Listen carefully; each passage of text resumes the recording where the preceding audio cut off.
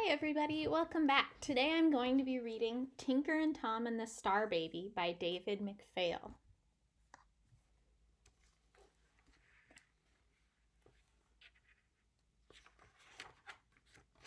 Tinker and Tom couldn't get to sleep, so they sat on the edge of the bed, gazing out the window. They had not been there long when a small bright object went streaking through the sky. "What's that?" gasped Tom. "That's a baby star," Tinker told him. "It probably got lost, and now it's looking for its mother." "Well, that star baby must think its mother is in our backyard," said Tom, as the bright object shot past the window and disappeared over the crest of the hill in the middle of the yard. "Quick, Tom," said Tinker. "That star baby might need some help." Tom followed Tinker down the stairs and out through the kitchen door into the backyard. When they reached the top of the hill, they saw it. The object had shone so brightly only moments before now glowed ever so faintly. "It's a spaceship!" cried Tinker. Indeed it was, although it looked like a trash can with tail fins and a pointy top. As Tinker and Tom stood looking at the little craft, they thought they heard a small voice crying. Tom rolled the spaceship over, and when he did, a bubble-shaped lid popped open. Inside the spaceship sat a tiny star-headed baby, and when it saw Tom's fuzzy face, it stopped crying and began to coo. Then it reached up and smiled. "It likes me," said Tom as he picked up the baby and hugged it. "Maybe it thinks you're its mother," said Tinker. "I'm not your mother," Tom said, chuckling. "I'm a bear." While Tom held the baby, Tinker examined the spaceship. "It's got a few dents," he reported, "but nothing seems to be broken." "Maybe it's just out of gas," suggested Tom. "Maybe," said Tinker, "but let's take it inside for a closer look."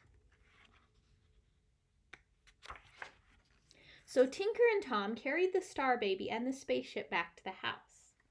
In the kitchen, Tom put the baby on the floor and helped Tinker hoist the spaceship onto the table. Then they found a couple of hammers in a drawer and began to pound out the dents. Meanwhile, the star baby had discovered Fluffy the cat's food dish. Fluffy, who had been sleeping on a pile of clean clothes, woke up and saw that the star baby was eating all of her food. Fluffy hissed and prepared to pounce. "Don't you hurt that baby," Tinker warned the cat. Too late. Fluffy sprang toward the star baby, who had just looked up and pointed at the fast approaching cat. Instantly, Fluffy flipped over onto her back and began to float around the room. The star baby kept eating and pointing, and soon Fluffy was joined in orbit by a wide assortment of things, including the toaster, the blender, and several boxes of cereal. A few of Tinker's crayons joined the procession, making interesting designs on the walls and ceiling as they circled the room. The pounding had awakened Tinker's father, who came downstairs to see what all the noise was about. "What's going on down here?" he demanded. "We're going to try to fix the star baby's spaceship," Tinker explained, "so it can go and find its mother." That's when Tinker's father caught sight of the star baby. He opened his mouth to say something, but nothing came out. He could only stare and point. The star baby, its mouth smeared with cat food, pointed right back. Tinker's father rose several inches off the floor, spun around 3 times, then drifted back up the stairs. "Hey, Dad!" Tinker called after him. "Do we have any rocket fuel?" But his father didn't answer, so Tinker decided to try and make some. He took some orange juice from the refrigerator and poured it into a small hole he found in the rear of the spaceship. To that, he added a bottle of ketchup, a can of pea soup, a jar of honey, a pot of baked beans, a dozen or so eggs, and half a box of soap powder. "Now let's see if it works," Tinker said to Tom. So they carried the spaceship and the star baby back outside. Tinker set the spaceship on the ground. "Put the star baby in," he said to Tom. But Tom continued to hold the baby.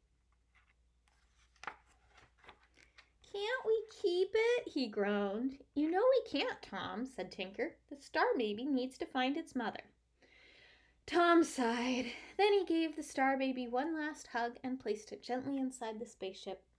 When Tinker closed the lid, the spaceship began to glow and hum, but it didn't budge. "Let's give it a push," said Tinker. So they did. The Star Baby laughed and squealed as the spaceship went scraping and bouncing across the yard. Then, with a bang and a whoosh, the little craft shot into the sky, leaving a wispy trail of smoke. In a moment, it was out of sight. "Goodbye, Star Baby," called Tom. For a long time, Tinker and Tom just stood there looking up. Suddenly, from far away, a beam of light shone down on them. "I think the Star Baby has finally found its mother," said Tinker. Then he and Tom walked slowly back to the house. The end.